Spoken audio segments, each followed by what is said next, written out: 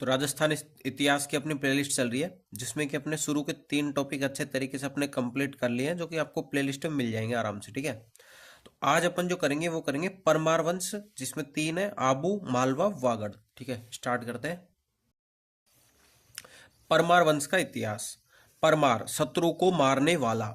जानकारी स्रोत, परमार शिलालेख एवं कवि पद्मगुप्त परिमेल द्वारा रचित नक्श हंसाक चरित में। ठीक है, परमार वंश की रियासतें आबू, मालवाड़ा, वागड़, जालोर, किराड़ू। आबू के परमार। परमारों का उत्पत्ति स्थल आबू। पहला है दोमराज, यह परमारों का आदि पुरुष था। दूसरा है उत्पल राज, आबू के परमारों की वंशावली प्रारंभ होती है। तीसरा है धरणी वराह, गुजरात के चालुक्य राजा मूलराज फर्स्ट ने आबू पर आक्रमण किया। इस समय धवल राठौड़ ने इसे शरण दी। यह जानकारी धवल राठौड़ के हस्ती कुंडी पाली अभिलेख से प्राप्त होती है 997 ईस्वी में। धरणी वराह ने अपने राज्य को 9 भागों में विभक्त किया, अतः उसका राज्य नवकोटि मारवाड़ कहलाता था। अब आता है अपना धंधुक। धंधुक, गुजरात के चालुक्य राजा भीम फर्स्ट ने आबू पर आक्रमण किया। धंधुक भोज परमार के साथ चित्तौड़ चला गया। विमल शाह ने धंधुक व भीम फर्स्ट के मध्य समझौता करा दिया। विमल शाह ने देलवाड़ा में आदिनाथ जैन मंदिर ऋषभदेव का निर्माण करवाया। इसे विमल वसही भी कहते हैं। कर्नल जेम्स टॉड के अनुसार यह ताजमहल के बाद भारत की दूसरी सबसे सुंदर इमारत है।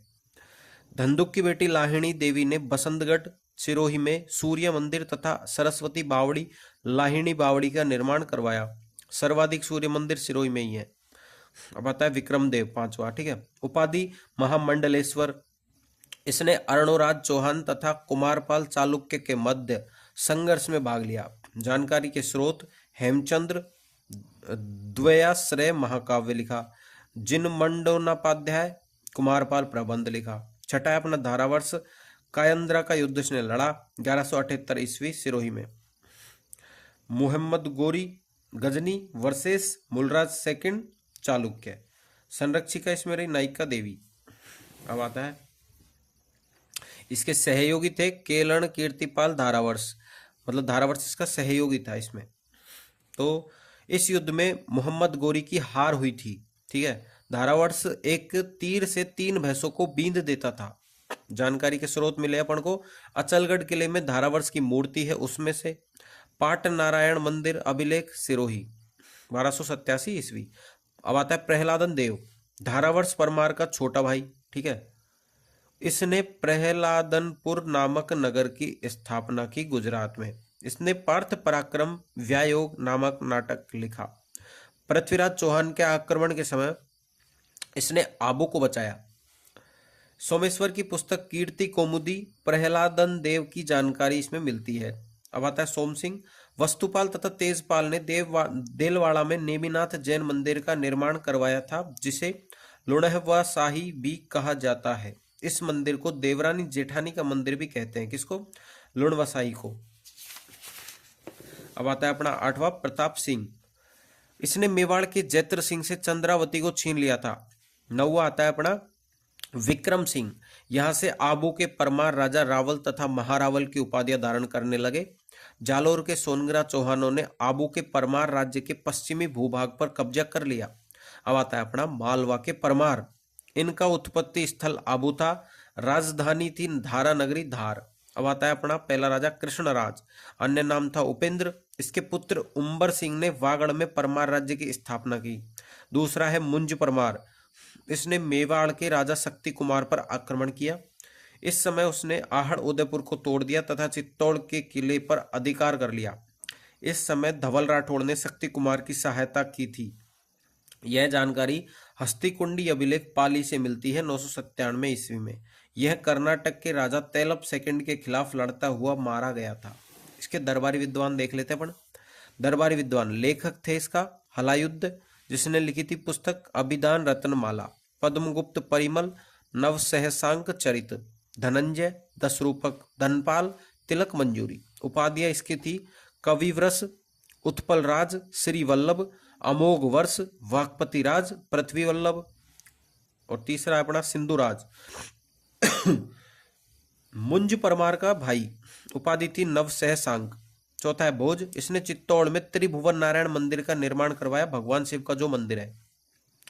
नागदा के पास इसने भोजसर झील का निर्माण करवाया, इसने भोजताल एमपी का निर्माण करवाया। अपनी राजधानी धारा नगरी में सरस्वती कंठाभरण नामक संस्कृत पाठशाला का निर्माण करवाया। कौन सी पाठशाला? सरस्वती कंठाभरण। कालांतर में तुर्कों ने इस पाठशाला को तोड़कर कमाल मौला मस्जिद में बदल दिया। पुस्तकें: श्रृंगार मंजरी, कथा, सरस्वती कंठाभरण, कूर्म शतक प्राकृत भाषा में लिखी गई है। इसकी पंक्तियां संस्कृत पाठशाला की दीवारों पर लिखवाई गई थी।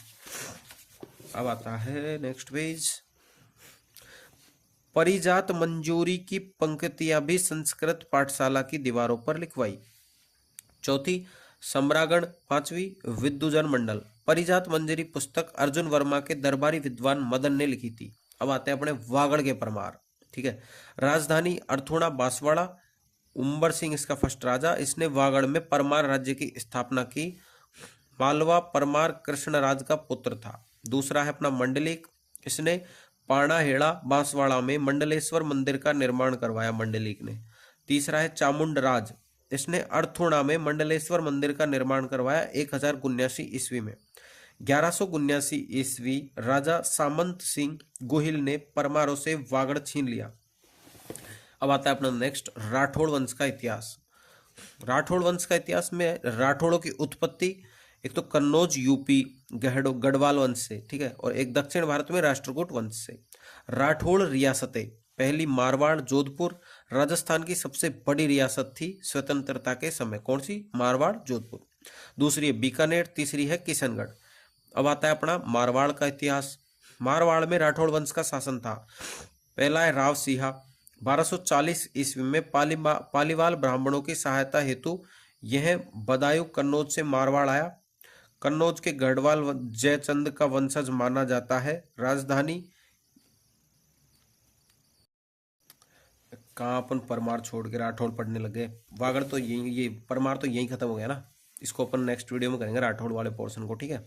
तो भाई देख लेना, और वीडियोस भी सारी है, उसको बार बार रिपीटेशन मारो जिससे कि आपको याद हो जाएगा सारा कुछ, ठीक है। देखने से याद हो जाता है। तो चैनल को सब्सक्राइब कराओ और वीडियो को शेयर किया करो यार ज़्यादा से ज़्यादा, ठीक है। Thank you.